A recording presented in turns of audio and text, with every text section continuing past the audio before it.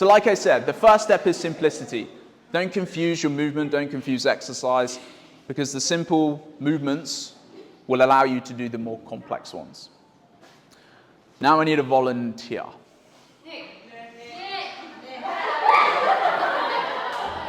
It's not intense. In my mind, it's actually pretty pointless, but instead of me just standing here and talk about it, I might as well get some reference. All good, Nick? We'll start here, actually. So we'll just start in the corner. Thanks. So the second pillar is walking. So if you just start walking up and down. So that's what. So all the way. Yes. So as Nick is walking, keep going. As Nick is walking, what the body is starting to do is create little electrical currents. Those little electrical currents start to move minerals and essential vitamins and oxygen to the brain. And walking is so powerful because it's so accessible. Again, you don't have to take too much time out of your day. You can be at your desk, and you might have 5 minutes in between clients. And I don't know if you can do this, pop outside. Can you just do that? Or do you have to have regular slot breaks? Can you just go outside? Or? Yeah, cool. Perfect. And that's what walking does. Because it's accessible, it's powerful. And as Nick is walking, Meg mentioned it before, but when you're changing your environment, say you've had a stressful client, you've just had a bad case, if you've had something negative, as soon as you start walking, you can probably stop now, actually. Sorry. Actually, hold there, I'll do something else. As soon as you start walking outside, you change your environment. And when you change your environment, you create new information for the brain. So when you create new information for the brain, you receive different sensory information from the sun, from being outside, from hearing different noises. So if you've had a stressful 30 minutes, when you change your environment, it can really mitigate what's just happened, reduce your stress very quickly, just from the simple act of walking. So point one is to keep things simple, and then two, tap into the most powerful thing and the most accessible thing that we have, which is our own 2 feet, just getting up and down and walking. And actually, start walking again, because it's quite good to have you here. And if that wasn't enough, recent studies show that with each step, is it Nick? Yes. Each step that Nick takes, technically about 7,000 plus. With each step he takes, he's reducing his risk of all-cause mortality. So reducing the risk of all causes of death, just from the simple act of walking. Recent studies show that 7,000 and beyond, it gets to a point where it's about 12 to 14,000, where it doesn't keep increasing. You're not going to live longer, but 7,000 seems to be like the sweet spot. So if all the points weren't that beneficial before, you could probably stop there as well. Thanks, Nick. So I don't know about you, but I want to be here for a long time, or as long as possible. Thanks, Nick. Good job. Yeah, I want to be here as long as possible, so I want to do the things that I have access to. And if walking provides those benefits, again, the most simple and accessible thing we can do, we're reducing our risk of death. So it's one to keep on top of your mind. My third on the, I don't think you can see it. You can? Resistance on my hierarchy. I've actually changed what I'm going to do here. I'm going to try it out. So everyone's pop back up. So face, maybe there's even numbers, maybe there's odd. Just face whoever is next to you.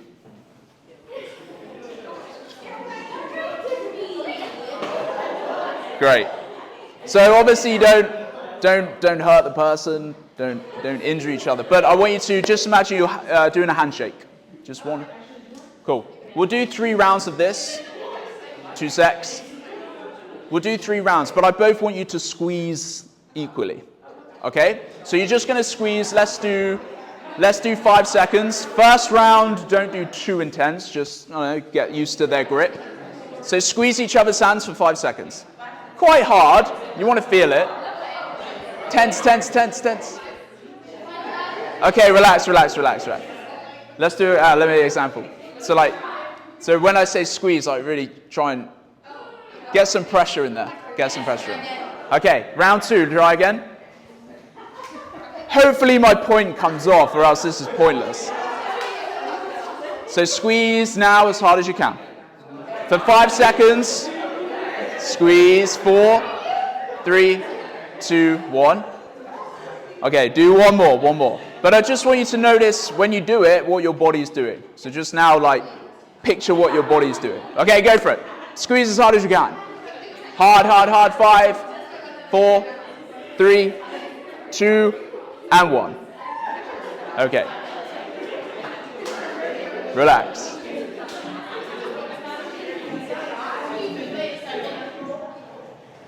So be honest there, did you feel your whole body tense as you squeezed the hand? Okay, it paid off, good. So what's happening there is, my third point is resistance. This is what happens when you move a load, whether it's at the gym, whether you have resistant bands, whether you're just doing body weight potentially. But as soon as you move a resistance, move a weight, your body reacts to that stimulus. So it could be deadlifts, it could be squats at the gym. When your body reacts to that stimulus, there's a greater strength output. And thus, the body gets stronger. It gets stronger through the tendons, the connective tissue, the muscles, obviously, the fascia. The whole body gets stronger. And why that's so important is because strength provides a greater adaptability to everyday environment. And when you have more strength in your environment, you tend to most likely have a better life quality. And what I mean by that is when you're gardening at home, when you're picking up your children, when you are picking up your pets, when you're moving around, less injury prevention, just from the simple act of resistance training. And like I said with the first point, just keep it simple. It doesn't have to be intense. Obviously, I'll show you 2 moves today. That can be a form of resistance because you are holding a squat. But it has to be simple, because if it's not simple, we're not going to do it. And when I say simple, 1 to 3 times a week, 30 to 45 minutes. And if you've never done it before, start with the smallest amount possible. I'm going to tell a very quick story. I had a client once, and her bigger goal was to lose weight, but she wanted to increase her steps. So long story short, she said, yeah, I want to increase my steps. I said, okay, can you walk first thing in the morning for 10 minutes before work? She was a corporate lawyer, partner of a law firm, so very busy. She said, yep, that's doable. I can do that before I head out. 1 week later, I check in. How's your walking? I'm not doing it. Okay, great. Good start. So I asked her, okay, how about this? Her name was Jen. I said, Jen, how about after work? You've got to walk to the tube. So this was in London. You've got to walk to the tube anyway. So why don't you walk to the next tube, which was about 10 minutes further? She said, yeah, good idea. I can do that. Week later, I check in. How did it go? Started well. Now I don't do it anymore. I was like, okay, this is doing well. I look like a good coach at this point, obviously. And then I said, okay, what about lunchtime? You head for a coffee. At least there's a reward at the end of the walk, so you have more motivation to go and do it. She's like, yeah, that's a good idea. Long story short, she didn't do that either. So obviously I look like a bit of a fool.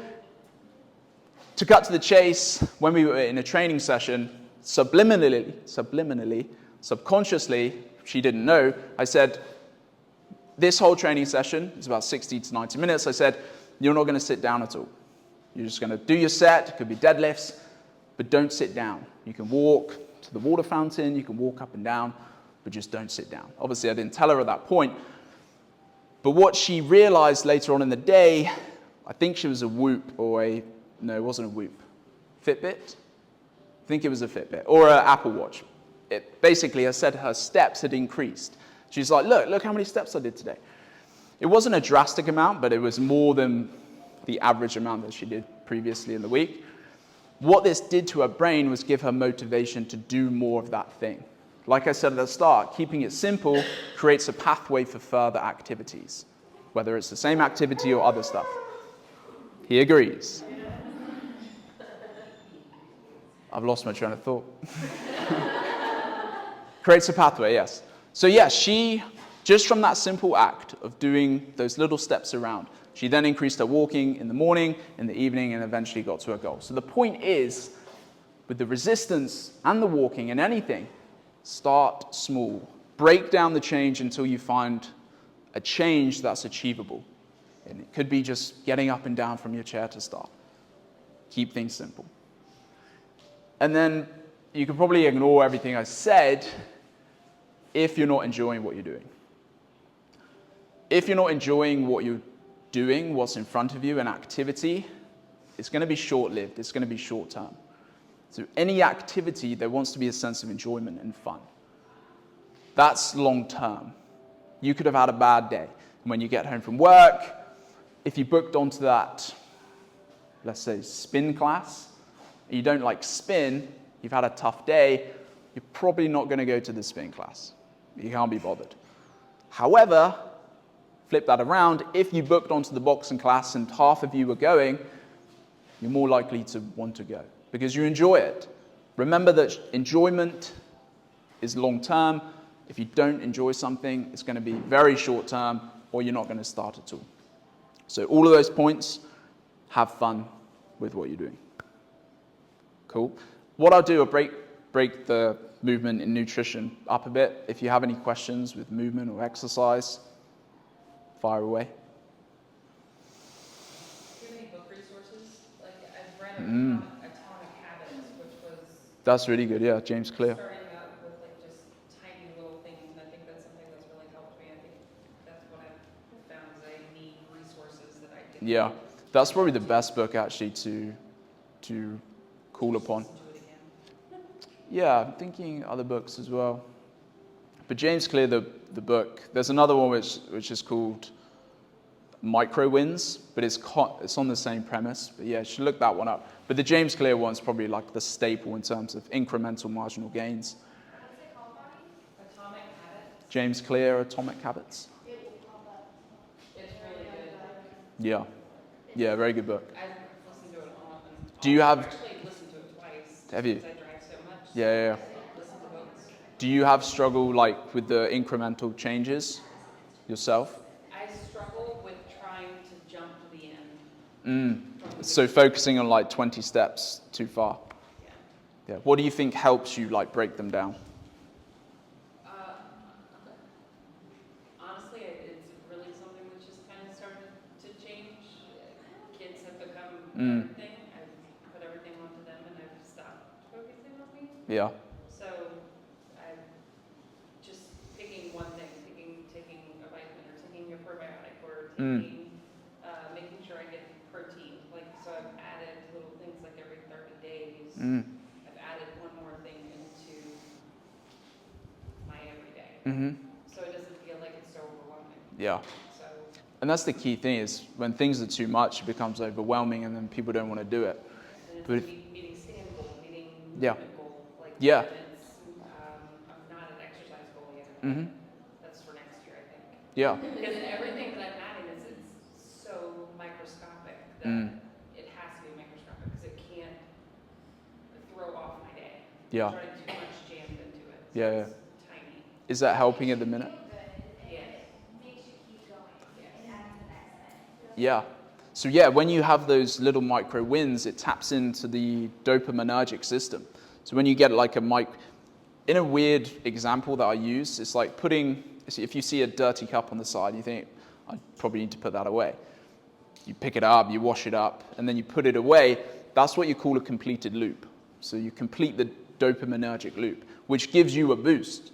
Have you ever noticed that? If you're, especially cleaning actually, I mean, I'm not a great cleaner, but when you clean up, I think it's a good example to use. When you clean something up, you get like you boost. You feel quite clean. Your environment starts to feel clean. Your brain starts to feel a bit fresher. So that's what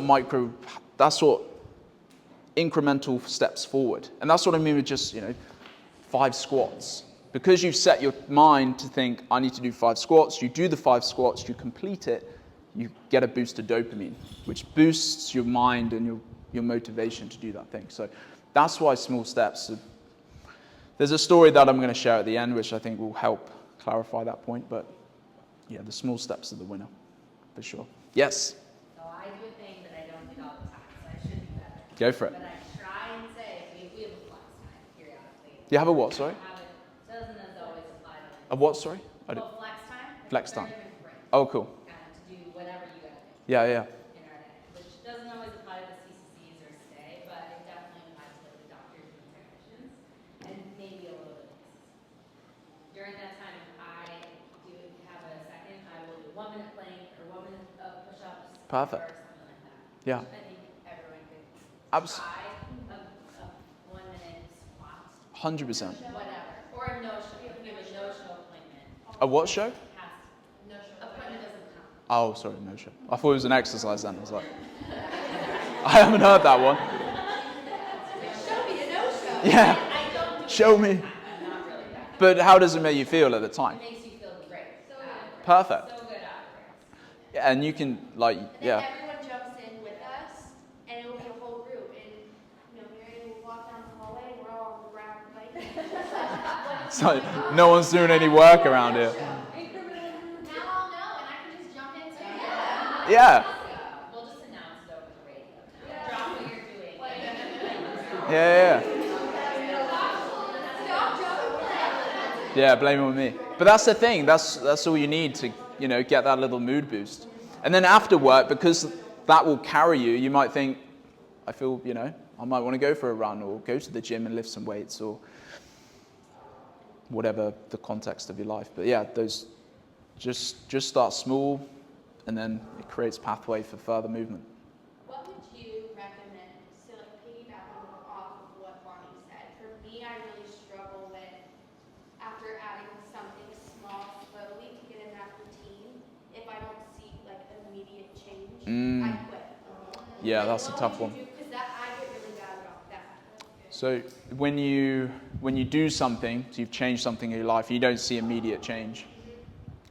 The best advice is to get used to, not get used to, maybe, pretty much, yeah. It's because, yeah, get used to that delayed gratification in a way, because things don't happen overnight, things don't change overnight. You want to lose weight, it's going to take, 4 to 8 to 12 weeks to see that change. But what I would recommend, as I say to everyone, is to create little micro wins for yourself. Micro wins can appear in many forms. Like you might. What is your goal, by the way, if you don't mind me asking? If you were trying to change something, just to be specific. Routine, a workout routine. Okay. Be consistent with it. Okay. Yeah. Cool. So a micro win for you could be setting the challenge of getting up at 6 a.m. to go and move. So you set the challenge and you get up at 6 a.m. to move. And it sounds inconsequential. It doesn't sound like it's much, but it really is. Because if you complete the challenge, once again, you get that hit of dopamine, which gives you a boost. But celebrate that. Because a micro win is a path for continuous progression. If you celebrate all the little wins that you do, and people say don't celebrate the little wins, but I actually disagree. Because I consider it like a marathon. I'm going off topic here a little bit, but I'd like to go down here for a second. Consider it a marathon. Anyone who starts the marathon, everyone's rooting for you. Your friends are all there, your family, you feel good, you're motivated. During the marathon, what I call mile 5 to 25, 26, is just you. So it's just you and your mind. And that's exactly the same as a goal. Say you set a fat loss goal. You want to lose weight for your wedding. Everyone's going to cheer you on at the start. Hey, congrats, you ran out for your first run. As the weeks go by, we can probably relate that no one really ends up caring, apart from you. So the only person to keep yourself going is you. And that's to celebrate those little wins, the micro wins. So the point I'm making is to big yourself up along the way. If you want to keep progressing, big yourself up. And like I said, people say don't celebrate every win, but I disagree. So, you get up and you didn't want to, celebrate it. You couldn't be bothered to go to the gym after the work or, I don't know, call your friend up, but you did it anyway, celebrate it. Because that will help you progressing forward during the times of struggle. Cool, that was cool. Any more questions?